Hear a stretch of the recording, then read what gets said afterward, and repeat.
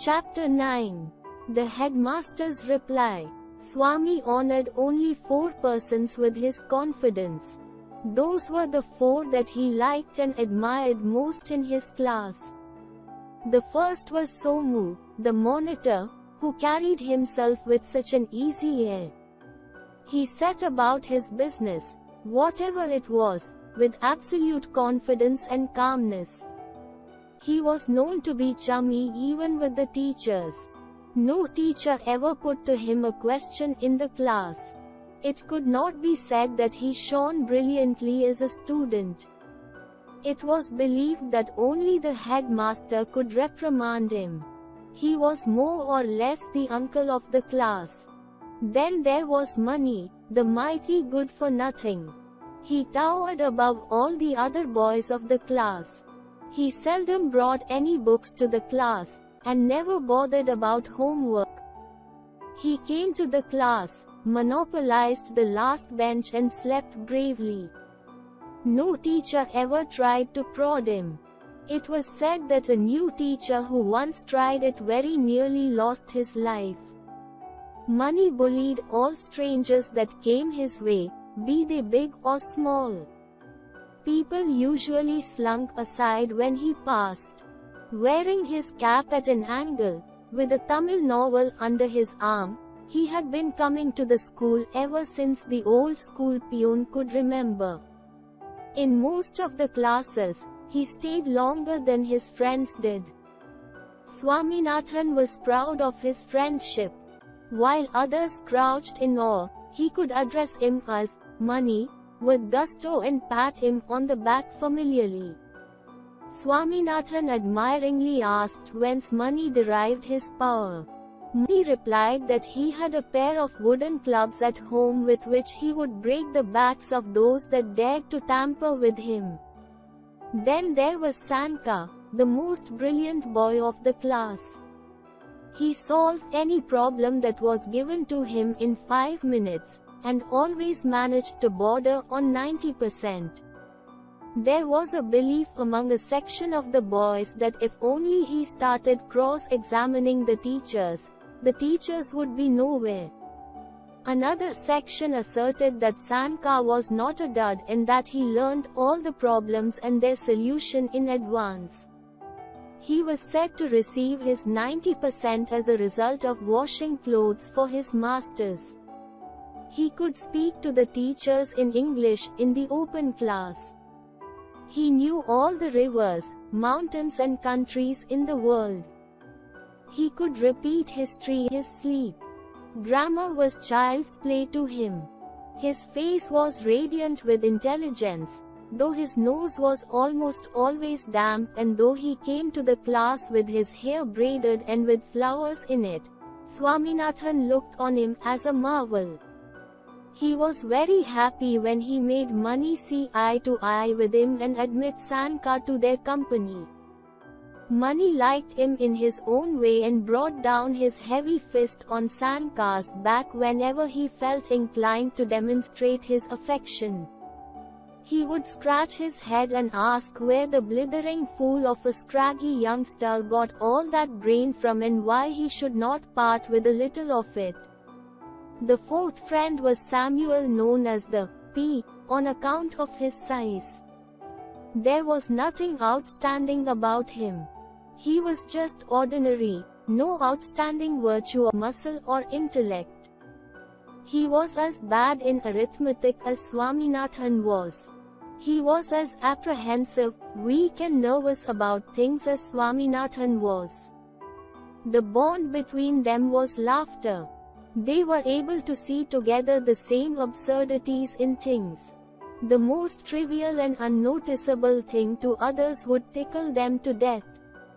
When Swaminathan told them what action his father had taken in the scripture master affair, there was a murmur of approval. Somu was the first to express it by bestowing on his admirer a broad grin. Sanka looked serious and said, "Whatever others might say, you did right in setting your father to the job." The mighty Mani half closed his eyes and grunted in approval of sorts. He was only sorry that the matter should have been handled by elders. He saw no sense in it. Things of this kind should not be allowed to go beyond the four walls of the classroom. If he were Swaminathan, he would have closed the whole incident at the beginning by hurling an ink bottle, if nothing bigger was available, at the teacher. Well, there was no harm in what Swaminathan had done. He would have done infinitely worse by keeping quiet.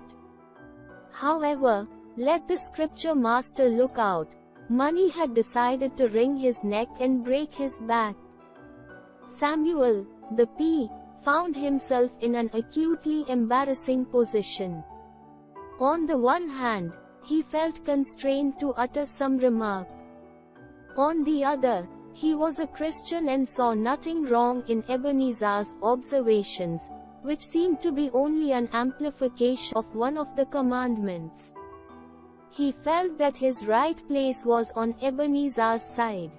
He managed to escape by making scathing comments on Ebenezer's dress and appearance and leaving it at that. The class had got wind of the affair. When the scripture period arrived, there was a general expectation of some dramatic denouncement. But nothing happened. Ebenezer went on as merrily as ever. He had taken the trouble that day to plod through Bhagavad Gita, and this generous piece of writing lends itself to any interpretation. In Ebenezer's hand, it served as a weapon against Hinduism. His tone was as vigorous as ever. Step by step, he was reaching the sublime heights of rhetoric. The class Bible lay uncared for on the table. The headmaster glided in. Ebenezer halted, pushing back his chair and rose greatly hurried. He looked questioningly at the headmaster. The headmaster grimly asked him to go on. Ebenezer had meanwhile stealthily inserted a finger into the pages of the closed Bible. On the word of command from the headmaster, he tried to look sweet and relaxed his brow, which was knit in fury.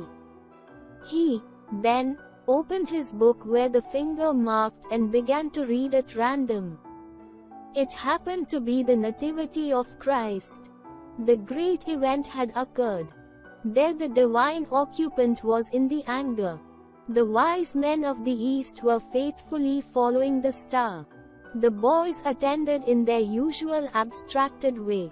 It made little difference to them whether Ebenezer was making a study of Hinduism in the light of Bhagavad Gita or was merely describing the Nativity of Christ. The headmaster listened for a while and, in an undertone, demanded an explanation. They were nearing the terminal examination and Ebenezer had still not gone beyond the Nativity. When would he reach the crucifixion and resurrection, and begin to revise? Ebenezer was shocked. He could not think of anything to say. He made a bare escape by hinting that particular day of the week, he usually devoted to a rambling revision. Oh, no, he was not as far behind as that. He was in the proximity of the Last Supper. At the end of the day, Swaminathan was summoned to the headmaster's room. As soon as he received the note, he had an impulse to run home.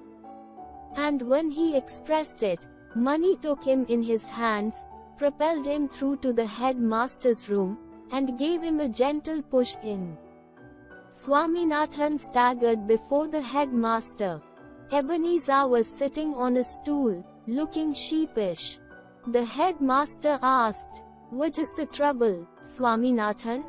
"Oh, nothing, sir," Swaminathan replied. "If it is nothing, then why this letter?" "Oh," Swaminathan ejaculated uncertainly. Ebenezer attempted to smile. Swaminathan wished to be well out of the whole affair. He felt he would not mind if 100 Ebenezers said 1,000 times worse things about the gods. "You know why I am here?" asked the headmaster. Swaminathan searched for an answer. The headmaster might be there to receive letters from boys' parents. He might be there to flay Ebenezer's alive. He might be there to deliver 6 cuts with his cane every Monday at 12 o'clock. And above all, why this question? I don't know, sir, Swaminathan replied innocently. I am here to look after you, said the headmaster. Swaminathan was relieved to find that the question had such a simple answer. And so, continued the headmaster, you must come to me if you want any help, before you go to your father. Swaminathan furtively glanced at Ebenezer, who writhed in his chair. I am sorry, said the headmaster, that you should have been so foolish as to go to your father about this simple matter. I shall look into it. Take this letter to your father. R.K. Narayan. Glossary. Reprimand, scolding, monopolized, not let anyone take part in. Asserted, state of fact or belief. Denouncement, outcome. Ejaculate, cry out. Furtively, secretively.